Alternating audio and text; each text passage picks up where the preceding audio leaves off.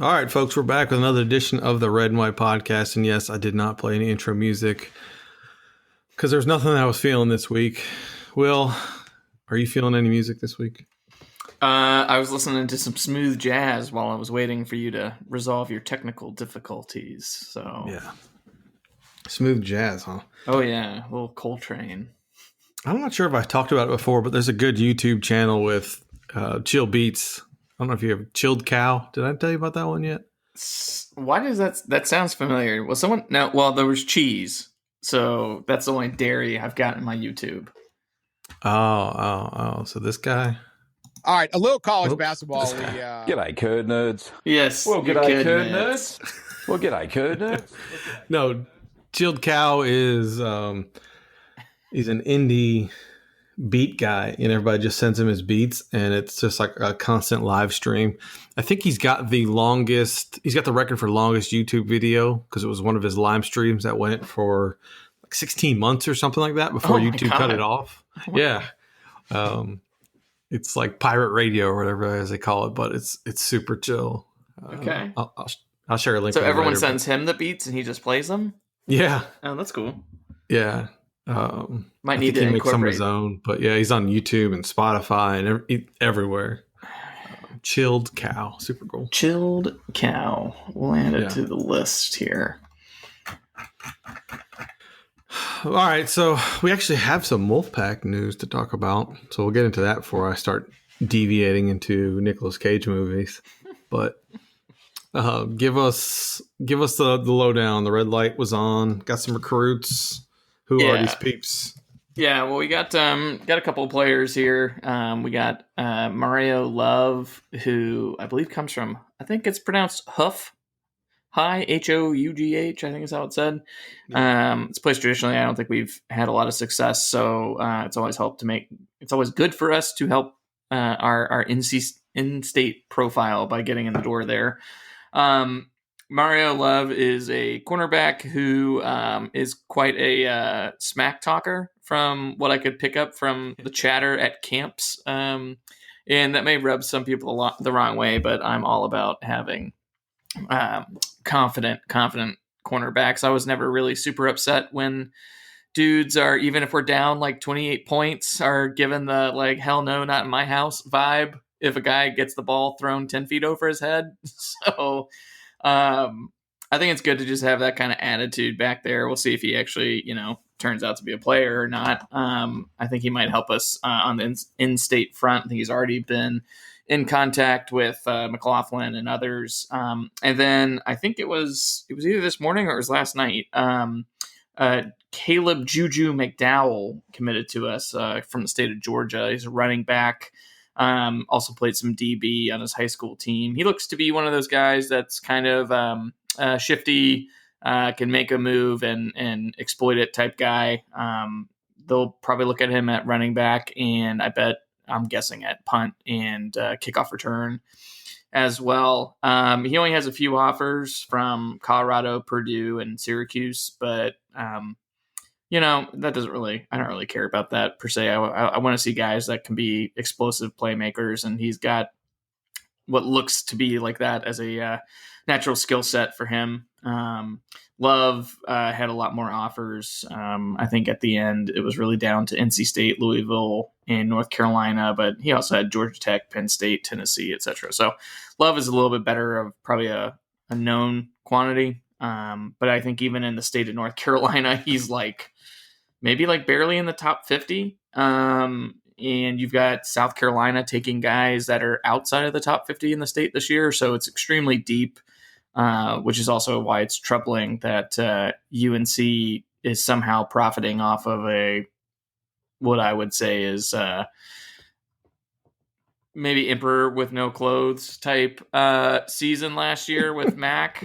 But it just goes to show why when Duke and NC State and Miami and others really crapped the bed to put them down, it's going to haunt us for some time. And it's a terrible class for it to happen to because it's so deep, but so talented at the top. So, yeah, a couple of things that I saw about Juju. First of all, I think a name is Juju.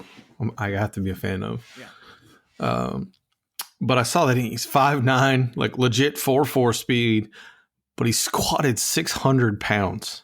That's my kind of dude. That is unreal. That is tiny with some serious power. Yeah. 600 pounds. It kind of unreal. It reminds me of, I think his name was Marcellus Sutton. He didn't end up here, but he had a bonkers standing broad jump. I think it was like 10 plus feet. It was like the same distance as Julio Jones. And I was like, oh my God, if we could get this guy here and he's actually legit, my God. He went to junior college and ended up at Oklahoma and got injured. Never really amounted to much, but he was like the combine freak. I remember that. He also had a big beef with Johnny Frazier. Between the two of them, there was some bad blood, if I recall. And it's kind of comical that in the end we didn't get anything out of either of those two. That's about right. That's about par for the course. I was thinking about running backs today, and I was like, oh man, like what could have been if Johnny Frazier had actually panned out? Like, too bad. Man. Did he turn into be a cop somewhere? I think he is I thought someone said that he was a cop.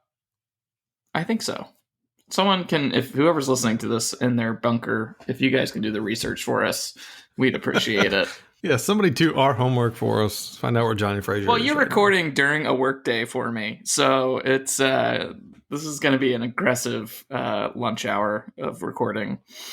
I mean, working from home. Who's actually working? Right? Dude, I am still very busy. I am lucky to still be very busy. A few weeks from now, who knows? Maybe that peters out. But the energy industry still has to keep the lights on a little bit. But regarding Juju again, he's from Georgia. Mm-hmm. What are your concerns? 0. Of late? Okay. I mean, I think I've just really gotten to a point now. I'm going to say this, and then you're going to call bullshit immediately. But I've really gotten to a point where I just I don't get worked up. If someone flips, I prefer it to not be at the very last hour of the recruiting cycle. But it is what it is. He doesn't strike me yet as a Jameis Griffin type. But if he is, then whatever, we'll move on. We could talk about Will Shipley and how I did not react like that the other day.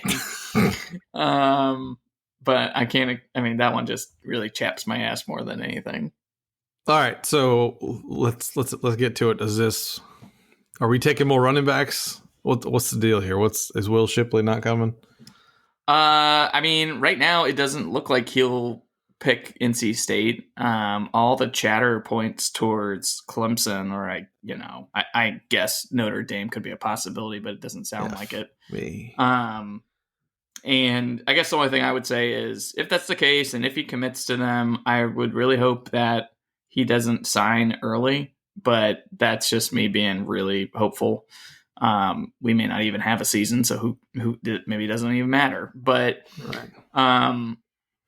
to me, I just think the thing that's really frustrating and why it was the one probably recruit that could get a reaction out of me was he's got so many NC State family members, and to buy Dabo's so full of it. I cannot say it more than enough. To buy Dabo's pitch, and to go to not only just like a rival, but a division leader that is one of the schools that will always be a problem for NC State. It just seems like kind of like a slap in the face to his family and just growing up an NC State fan. Like, I don't get it. If you're a running back, you can be just as successful here as there. And frankly, I would have thought he would have gave it a let's see what NC State does kind of vibe.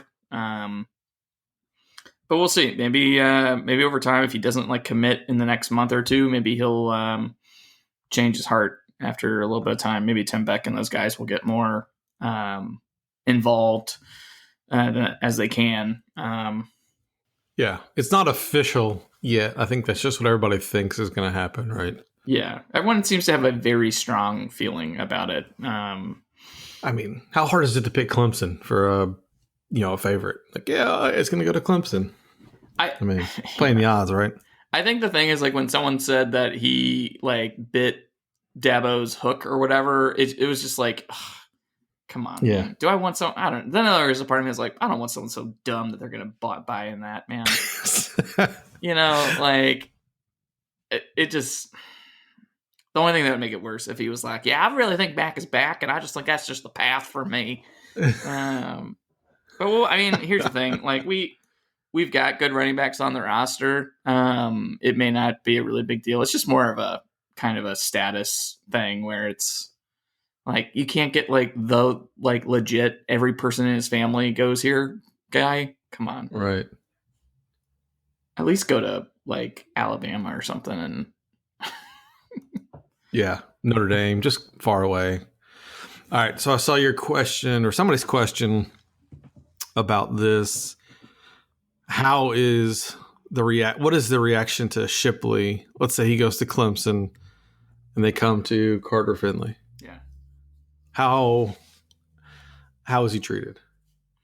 Well, the spiteful one in me is like anytime he touches the ball, I want to hear him booed. But at the same time, like that's got to be terrible for family members, and it's like in the end, it may not ever really matter. I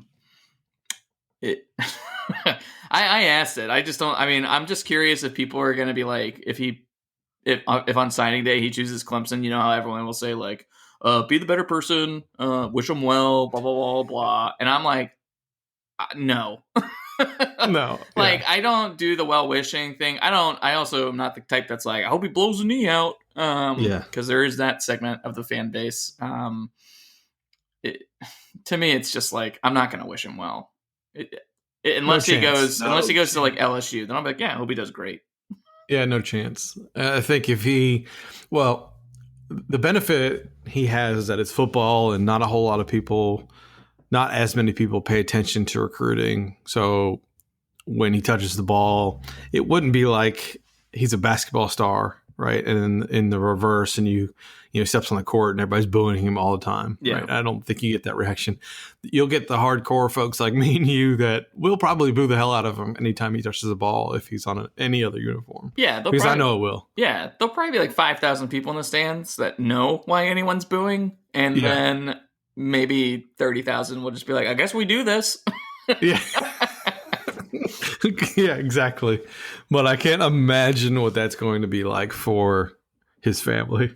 Oh, maybe they'll be booing. It's wild to think about. They'll sit there. They'll probably just like not attend that game, I'm guessing. Oh, that would be that would just be brutal. But at the same time, like I was kind of talking about this morning on one of the forums. It's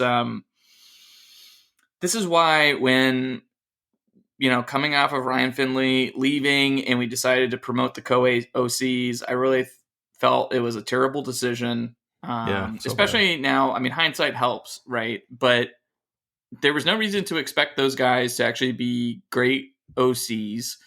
And the fact of the matter is you basically have a brand new staff in place now. So everything that Doran was trying to prevent, which was losing familiarity with the program and with the players, went out the door anyways. And then you have that season, then you lose to UNC, and now the deepest class we've had probably ever in the state, you are selling an unknown product. Maybe that helps in some degree because no one can tell you exactly what you're doing and no one has seen a spring game footage. But at the same time, it is disheartening I just don't understand why players buy into UNC football. It makes no sense to me. The environment is, it's a fine environment most days, but it's been so pathetic for years. I just don't get it, but I get it, Mac. Apparently all you need to be is just a full of shit car salesman personality. And that works at Clemson and UNC, and people just eat it up down here for some reason. Right. I just expect Dave to come out of his bunker at the end of this and be like, "Hey guys, I'm Dave Doran, and I love God, football, and just both, I guess. Oh, my family, I love my family. Come here." God, it just drives me bonkers. All right, so Vegas has the over/under for wins for this upcoming season at 4.5. I had to do a double take to make sure they weren't talking about ACC wins. 4.5 wins over/under. I mean, I have to go over. I mean, right? I have to. If we can't get to 5 damn wins, I mean, just cancel the podcast. Shut it down. Shut it down. This would be a women's baseball podcast. I mean, we'll just start a new sport. I couldn't believe that. I thought the same thing you did, that it was ACC wins. I mean, are they just not factoring in that like 18 dudes were dead last year? I guess, man. Yeah. I don't know. There was a part of me I was like, I'm going to put money on that, and then I was like, like I'll probably lose money because then when the season doesn't happen, Vegas will tell me, see, they didn't get 4.5 wins. So it's just, man, weird. That's disrespect. That is the locker room, I guess, material. Do they put it on the back of their Zoom phone calls? It's their new background. Yeah. 4.5. Speaking of, you mentioned, Dabo and Mac, and just their overall personality. I watched the interviews with Doran. Gravely's got one. There's been a few of them, like media times with Doran, and like you listen to what he says and how he says it, and you're like, man, this guy, like, I really want him to win because I feel like he's a really good dude and it feels like he's a good fit here. His whole, I don't know, I don't want to call it a shtick because it's not like a, like Dabo shtick or Mac's thing. Like, he just seems genuine, man, and I really like that about him. Especially, he discussed in one of the most recent ones his view on the upcoming season, right? Yeah. What are your thoughts on that? I mean, I agree wholeheartedly. I mean, if you think about it, his tenure here looks so different if Bamberg makes a kick, if the defense stops a tight end pick play against Wake Forest 2 years ago, and maybe like one or two other little plays. That's how thin the margin, I guess, has been, but it's how close he's also been to just being like practically legendary here. I think he is the way he is in these interviews and just in general is why I was confident last year, and I'm confident saying it again. Like, you boo and everyone wants him to succeed. Right. He runs the program exactly how you want the program ran, and it's the only reason I'm hopeful that, I don't think he brings this staff together if he is like a fedora type, if that makes sense, right? Yeah. He was able to convince all these guys to come here. It feels like we have a better pedigree staff right now. We'll see what the product is. And I would just say, like, unless they give like a 5 or 6 week, like, summer type extension for these guys to get together and practice, like, I don't even know how you judge what happens this season for so many programs. It's going to be so chaotic. It's wild, man. Thinking about that, and I had this thought that it really benefits the schools that have the hardworking kids, right? Doran's always talked about the blue collar mentality and that sort of thing, but I think that really comes into play now. Like, if you're not disciplined, you're not at home. You could be sitting under your phone playing Animal Crossing, or you could be working out, right? And you want the guys that realize, hey, it's going to take that extra effort. It's going to take that extra bit of work ethic to be good this year, because you don't have the coaches in front of you yelling at you, telling you to work out, or you don't have that schedule, right? It's different, and it's going to benefit those teams that have those kinds of kids, as opposed to the ones that are, feel a bit like they've got it, right? They don't have to work as hard. I'm not sure what the right term is for it, but entitled almost. You would think, and yeah. You would think everyone on this roster should be hungry. One, because last year was so frustrating, right? Right. But two, I say that, and then I think of the fact that, like, okay, well, not everyone comes from like a really good financial background situation, right? So how is everyone doing? do they have access to lift weights, right? Or are they just only able to do like body weight type exercises? Are they able to get good food? Are they putting their stipends toward helping feed the family or just themselves? Like it's going to be very interesting to see what everyone looks like when they get back on campus and how they look in the season, right? Because I agree with you, man. I am hoping, because a lot of the guys we seem to always get are the hungry types, that they are going to stay focused and motivated.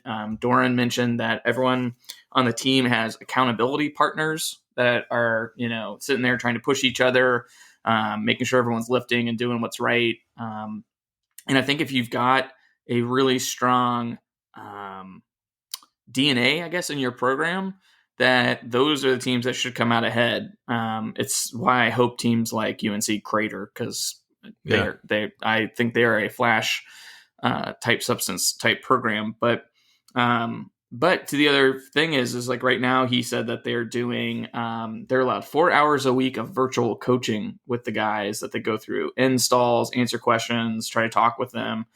I guess like Monday through Thursday, that's what they're doing. And we talked about it, maybe it was a previous pod, like anyone that had already had a system installed and has some stability, oh my gosh, like they have such an advantage right now, right? If you were using the same playbook and your guys are just getting further and further ingrained with your terminology and schemes, while other teams like us are implementing, at least on offense, a new scheme, who knows what is different on defense now with Huck's gone. I think you will see like the early part of the season, once it happens, will be like fireworks, in my opinion. Like some teams are just going to destroy others just because they're fundamentally not going to be ready to play. For like Fedora, for example, we were talking about this. Fedora is, I guess, the OC now at Baylor, and he was saying they haven't even got to meet their players yet. Like by the time they got hired, they have not played, like they haven't had a single practice. Now he's someone that can install a system really fast, but he basically said, I think once we start playing in the season, we may have to just be as basic as we possibly can be so that guys can even run anything. So that's why it's going to be really fascinating to see, does anyone figure out a way to teach remotely, I guess, and get guys up to speed? Yeah, we talked about Mike Leach and how simplified his system is and all that. But I've also been, reading and listening to other podcasts and talking about Mike Leach. Mike Leach is not even in Mississippi right now. He's down in the Florida Keys hanging out. Like, that's wild to me, man. Like, I'm glad we got them early because of that. If anybody I feel like is going to be a disorganized mess, it's going to be them early. Well, look, we lost at Georgia Tech last year, so that's true. I can't bank on anything. How many cupcake games do we have? Now I'm thinking about that 4.5 again. 3, I think, right? We get what? Mississippi State and then the 3s. Yeah, okay. Yeah.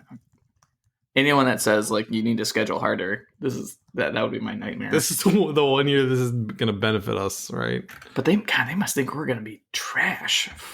Everybody's going to feel the same way for us, I think.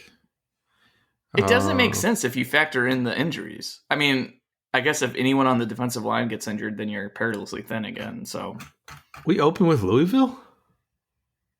Oh my God, did that actually that got settled? I'm looking at GoPack right now. Thursday night at Louisville. Oh my God. Okay. We get Mississippi State, Troy. Then we get, so basically we could be 0-2. Then we get Troy, Delaware, FSU at home, Duke. I don't know what Duke looks like now. Yeah. When's the bye? That's the real question. 9-3.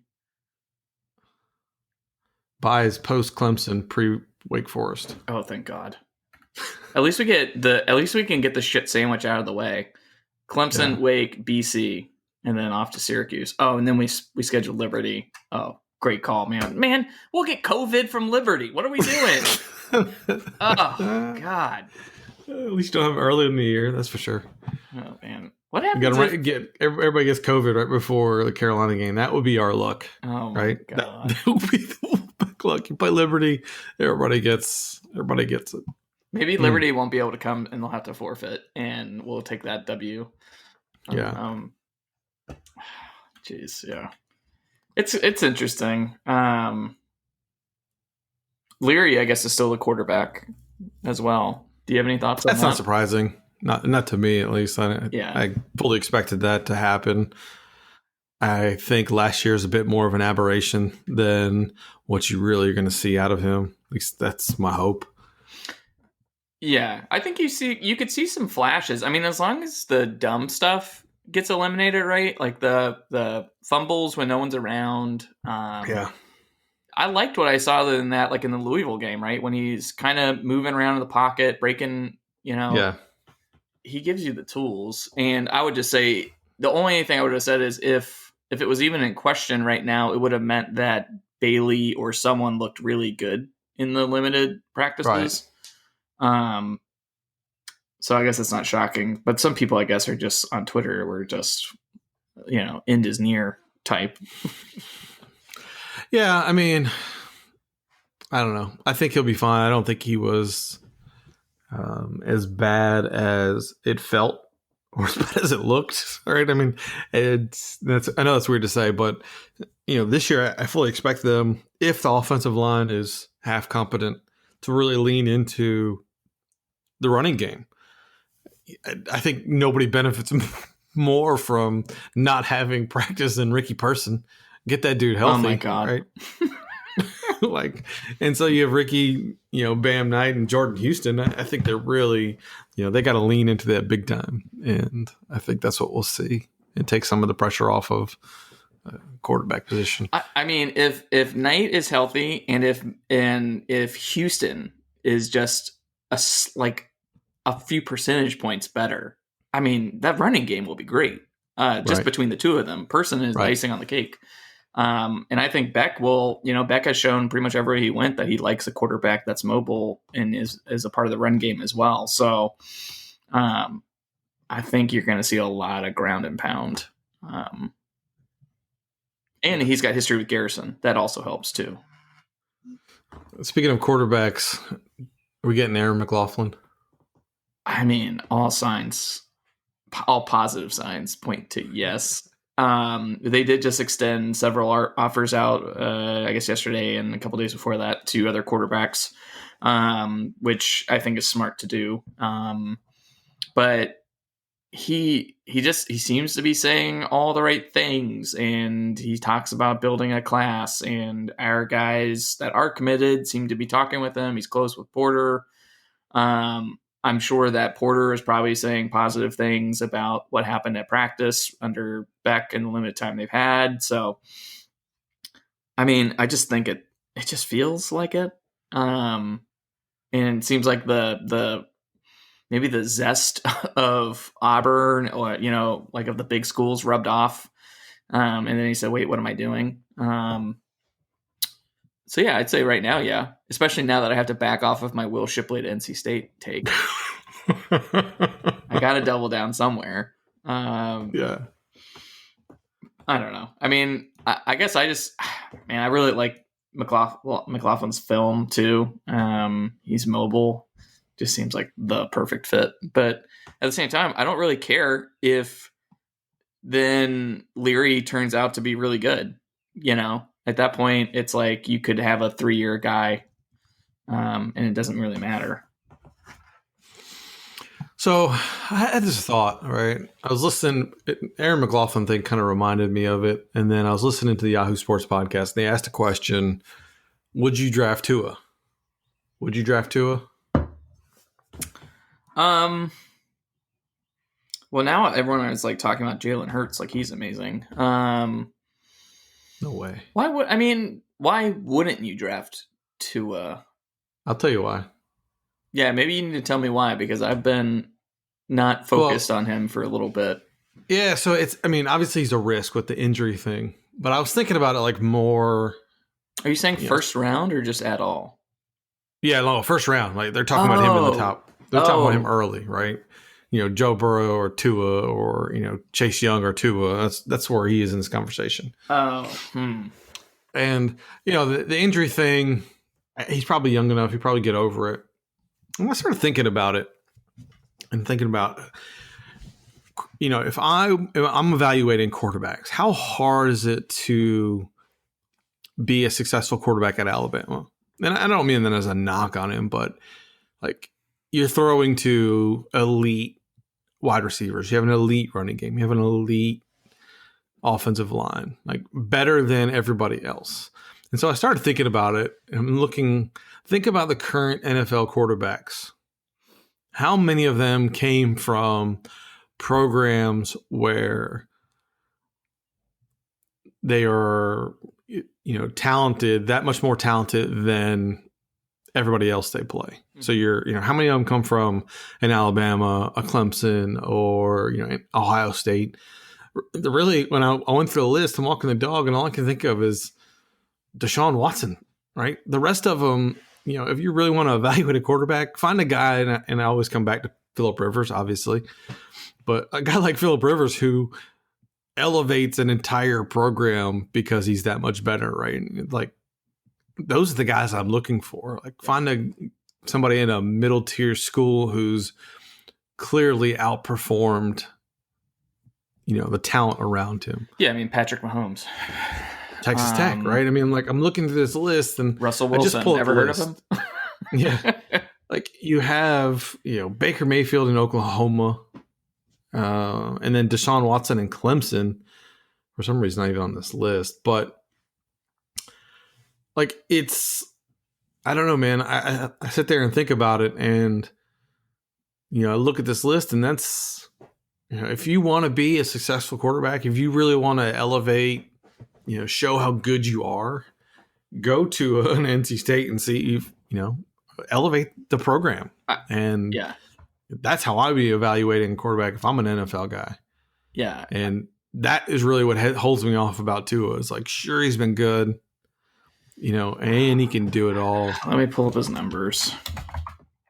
I don't care about his numbers because he's got talent all around. The reason I'm saying it is what I was thinking about is how Joe Burrow is what it looks like when you're an elite quarterback with elite talent, right? And then you put up the insane numbers.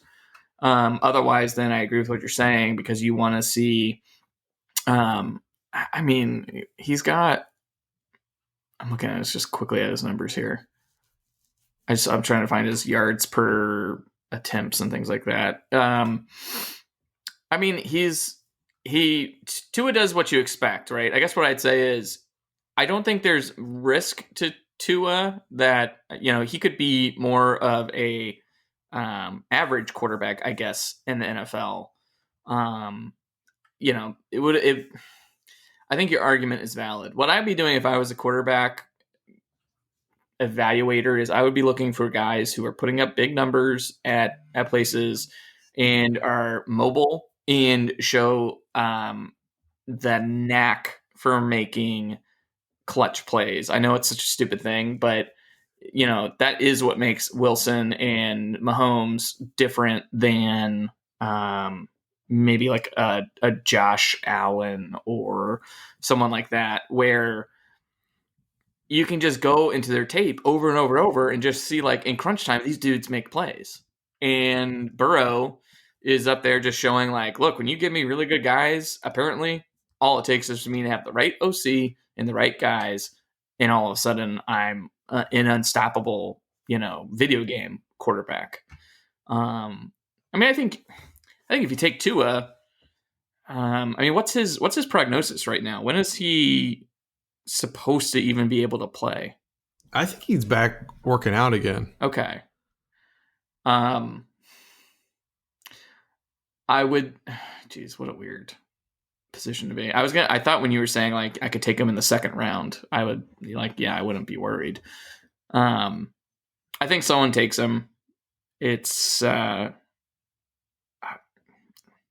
worst case scenario, you keep him on your bench for a year or two and he's a backup. And if he doesn't pan out, you can dump him. You probably have some wiggle room.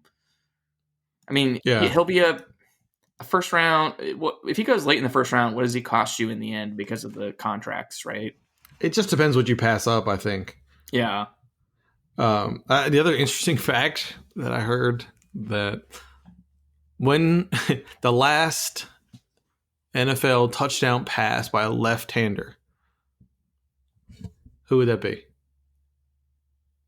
Oh my God. You'll never guess. I'm going to tell you. It's Dez Bryant in 2016. The last left-handed touchdown pass. Is that for real? For real. 100% for real. Yeah.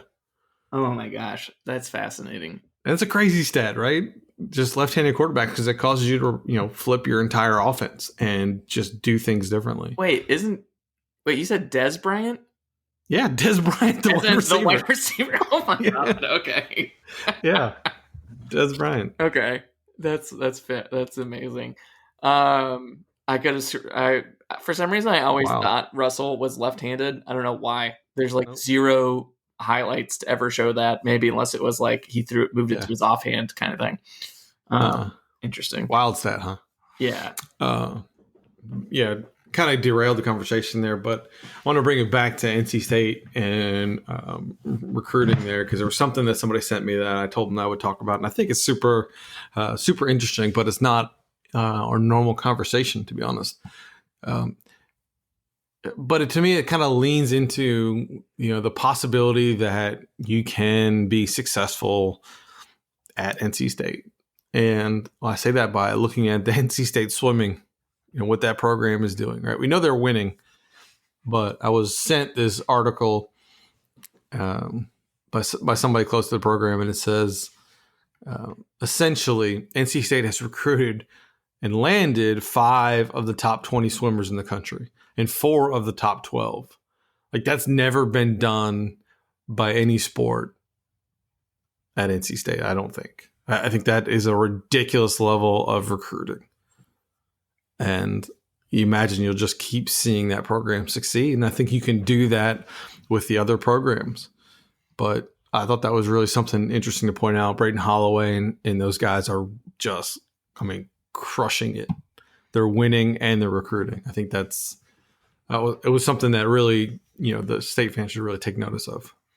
Yeah, I would say he's also got great sound bites about, like, what was it about needing like a new pool or whatever? He's like, water's wet. Like, yeah, just, yeah, I mean, I again, it's just like, I think you'd be having a completely different conversation if a couple things had gone Doran's way too. Yeah.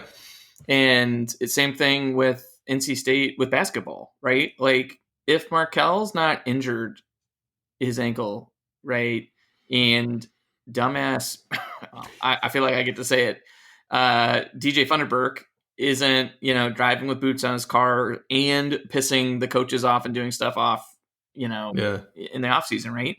You could have a different basketball season, right? And maybe you don't lose the games you lost.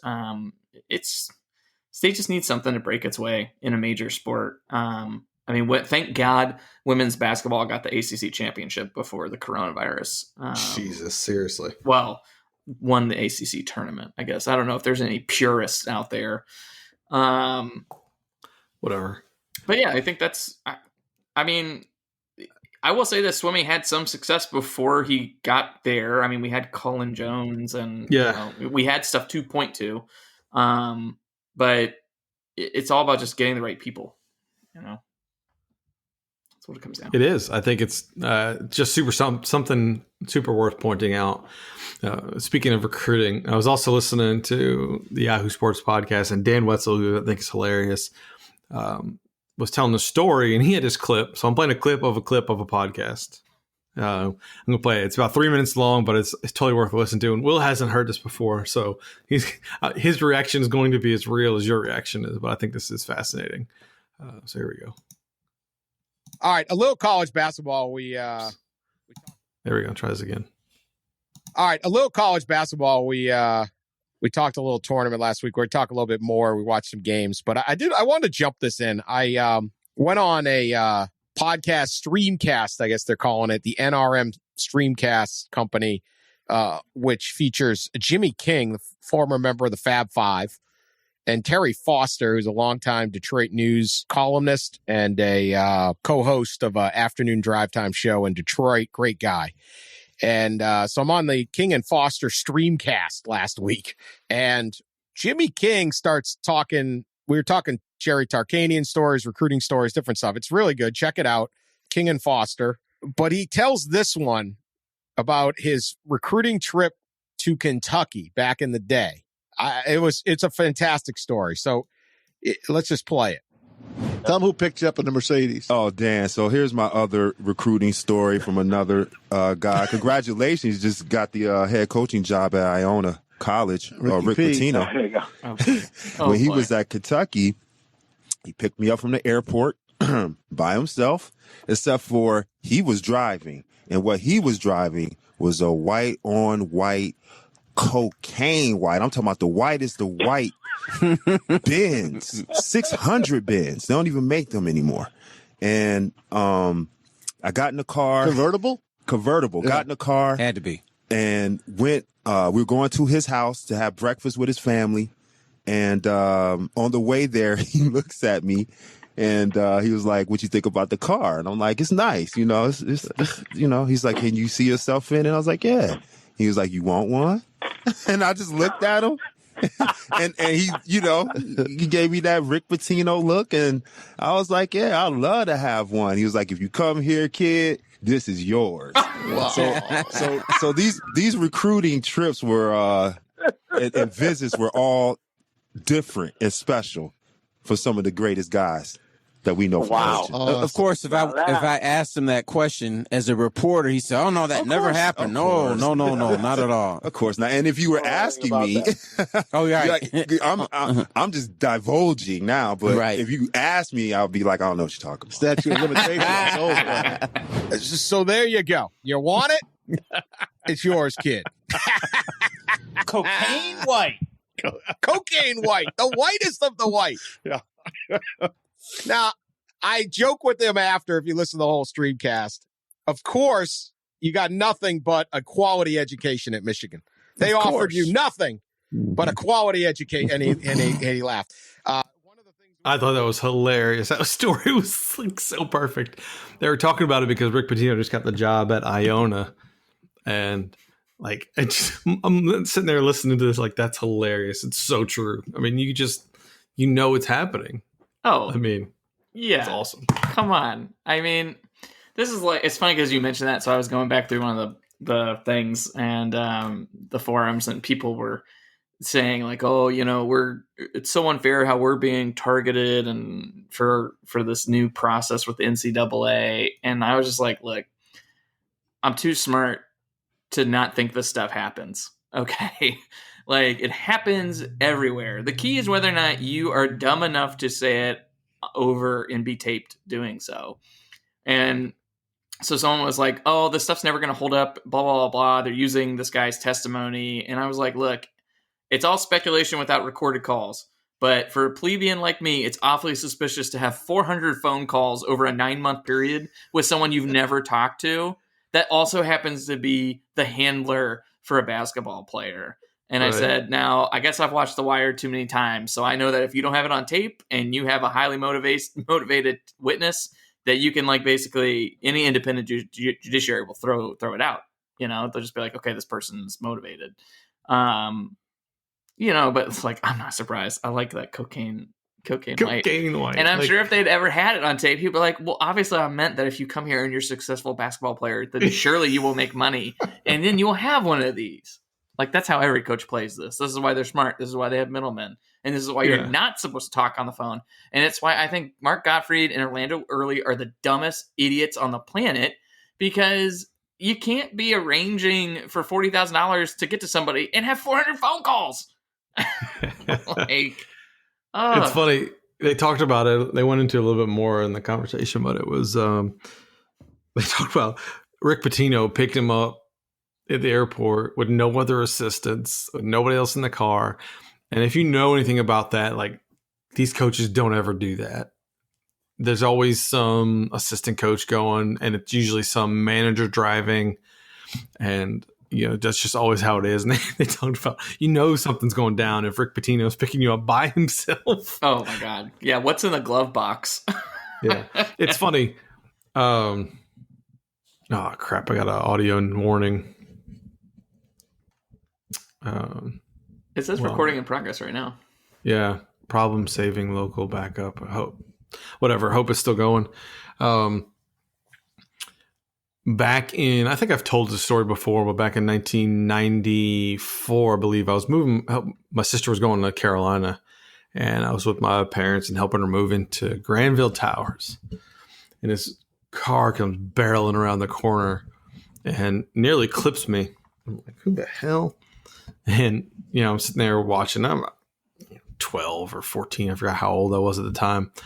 But sure as shit, Jerry Stackhouse hops out of a brand new Mazda RX-7 on the first day of school. And then not too far behind him, Rashid Wallace was driving a brand new Nissan Pathfinder. I'm like, they just come barreling into the parking lot. And I'm like, even then, like, I'm a kid and I know what's going on then. Yeah. And just been going on for years. I mean, it's just like, I have gotten these arguments with my really, really good friend about it. And, he's a UNC fan, went to UNC, and he just doesn't care. And he's like, everyone does it, so I'm not going to be upset if we supposedly were doing it. He's like, we'd be dumb not to be doing it. And I said, my only issue is, like, don't have the rules if you're not actually going to enforce them. And I would have no problem if tomorrow they're like, you know what, fuck it, it's a free-for-all. If you get money, you get money. We're just going to be fully transparent about it.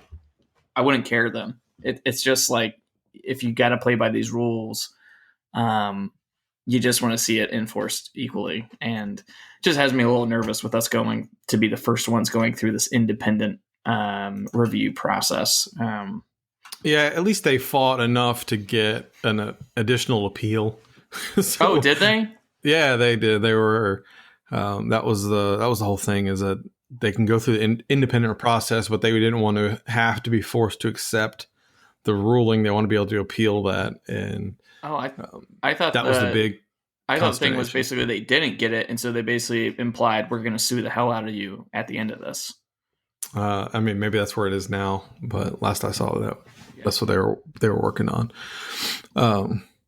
But yeah, interesting. I thought that was a cool recruiting story that, whatever. Thought was interesting. Yeah, no, it's not surprising at all. All I'll say is that the one time I met Russell Wilson, he was the nicest guy I ever met. So yes, he did not come. He was actually so low key that the person I was with said, "This is Russ," and I had no idea who this person was. And I was like, "Cool, man, what's up?" And and then I was walking down one of the tunnels, and I was like, "Wait a minute, was that Russell Wilson? What the hell?"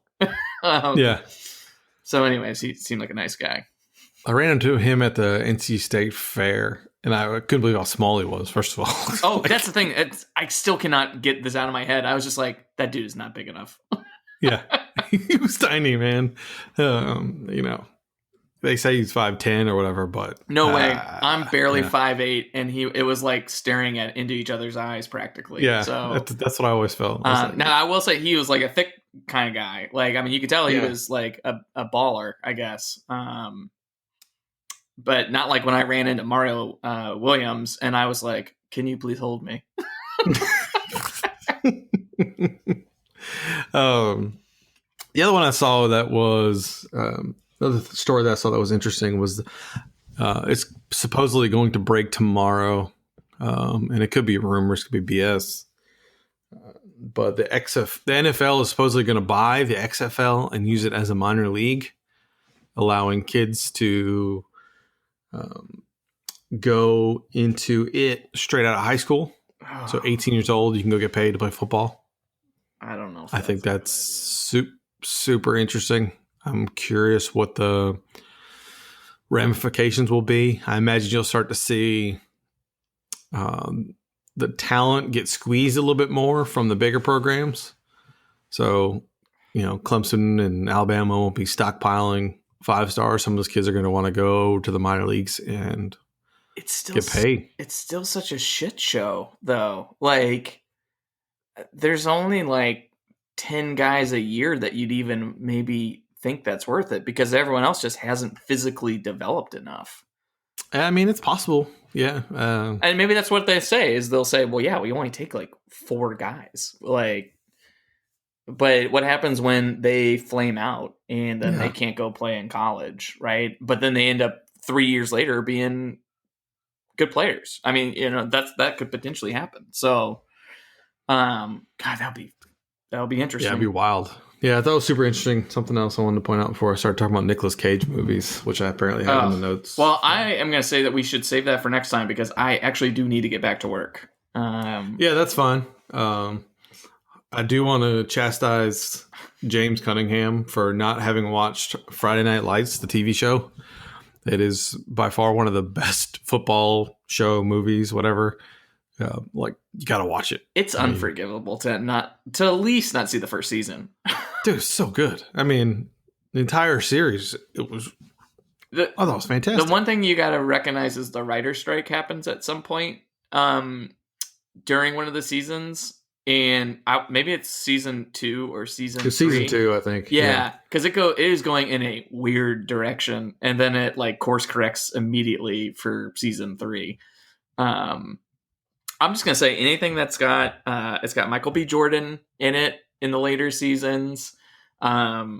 It's got there's plenty of prog rock music in it, which has always caught me off guard. And there's so many little actresses and actors that come through it, and you're just like, oh, that person actually, I've seen that person. Adrienne Palicki. Yeah. I'm blanking on her name. Connie Britton. Yeah. That show is sneaky good. So good, man. Yeah. Oh man, and Landry. What am I thinking? The guy Jesse Plemons or whatever is in. So many things now. Yeah, he's in everything now. Boy, yeah. Now, some might say him and Adrienne Palicki were an interesting combination for one season. But watch the show, man. You got nothing else to do. I know you burned through some TV, so watch it. Yeah, at least watch 3 or 4 episodes and tell me you're not interested in it. Yeah, for real. I might go back and watch it, and I never do that. I might watch it just for Buddy Garrett or whatever his name is. Oh, Buddy Garrity, yeah. Yeah. Minka Kelly's TV dad. I remember watching that show and being like, never have I seen something that so honestly captures the truth about college football via high school football. I was like, if these people are this dirty at Texas high school level, just imagine what it's like in college. And it's like that. It's like that. Absolutely. It's a great recommendation. I can't believe a football fan hasn't seen that. Yeah, exactly. All right, so we'll get going. We're just under an hour here. We'll next week we'll talk about Nicolas Cage, how Danny Manning still has a job, and at some point James Anderson from IPS says he's gonna come back on and give us a little recruiting update. So we'll bring him back on, and that'll be good. Then we don't have to directly source where we got our information from. So right, absolutely, yeah. All right, folks. I hope everybody's staying safe, staying inside, social distancing from me, especially. Yeah. Just keep taking it seriously, folks. Yeah, for real. We're bending the curve. We really are. And the reason the curve isn't looking as bad as you thought it would or told it was is because we are doing this. So stay strong. Hopefully you guys got checks, and we'll catch you next week. All right, folks. Go Pack. Go Pack.